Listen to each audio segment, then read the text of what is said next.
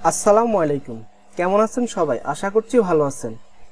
আজকে আমি আপনাদের দেখাবো যে কোনো ডকুমেন্টের মধ্যে আপনার যদি কোনো লেখা ভুল হয় অথবা আপনি যদি ডকুমেন্টটাকে আবার পুনরায় ব্ল্যাঙ্ক তৈরি করতে যান তাহলে আপনি কিভাবে সেটা খুব সুন্দরভাবে ব্ল্যাঙ্ক করবেন।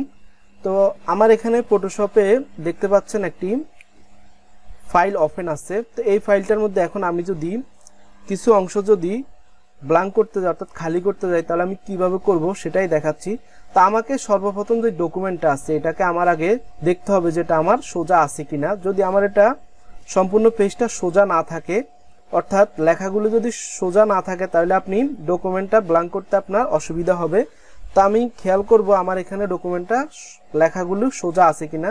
তা আমি এটাকে দেখতে পাচ্ছি একটু বাঁকা আছে, তো আমি এটাকে এখন একটু ঠিক করে দেব। ঠিক করার জন্য এখানে আপনি দেখতে পাচ্ছেন ডকুমেন্টটার নিচে যে কালারটা আছে, এখন আমি সর্বপ্রথম এই কালারটাকে আগে আমি সিলেক্ট করব। তো এখানে ব্যাকগ্রাউন্ড যে কালারগুলো আছে তো আমি এখানে সেট দ্য ব্যাকগ্রাউন্ড কালারে আসব। দেখুন এখানে সাদা আছে, আমি এটাতে ডাবল ক্লিক দিলাম।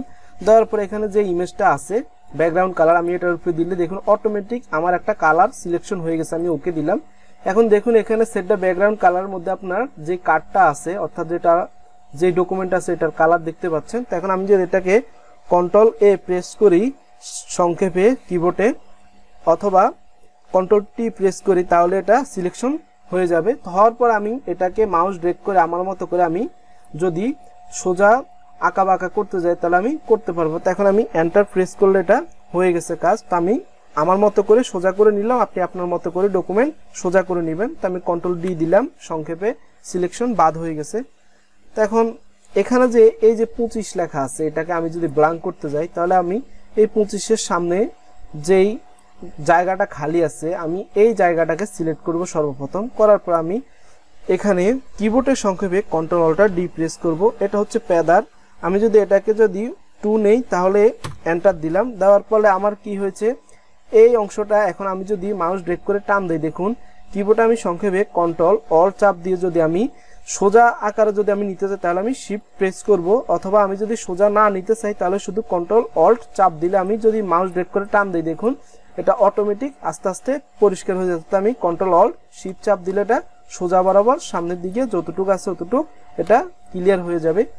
তো এইভাবে আপনি এই অংশটাকে আপনি ব্ল্যাঙ্ক করে নিলেন ধরুন। তারপর আপনি যদি এখানে নিচে নামটা আছে এটাকেও যদি আপনি সেম ভাবে ব্ল্যাঙ্ক করতে দেন দেখুন আমি কিভাবে সিলেকশনটা নিয়েছি যতটুকু প্রয়োজন। নেওয়ার পর এখন আমি যদি এটাকে সেম ভাবে কন্ট্রোল অল্ট শিফট চাপ দিই মাউস ড্র্যাগ করে দেখুন টান দিচ্ছি এটা সুন্দরভাবে ব্ল্যাঙ্ক হয়ে যাচ্ছে। এইভাবে আপনি যতগুলি ঘর আছে আপনি এইভাবে ইচ্ছা করলে সবগুলি ঘরকে আপনি ব্ল্যাঙ্ক করে নিতে পারবেন আপনার মতো করে।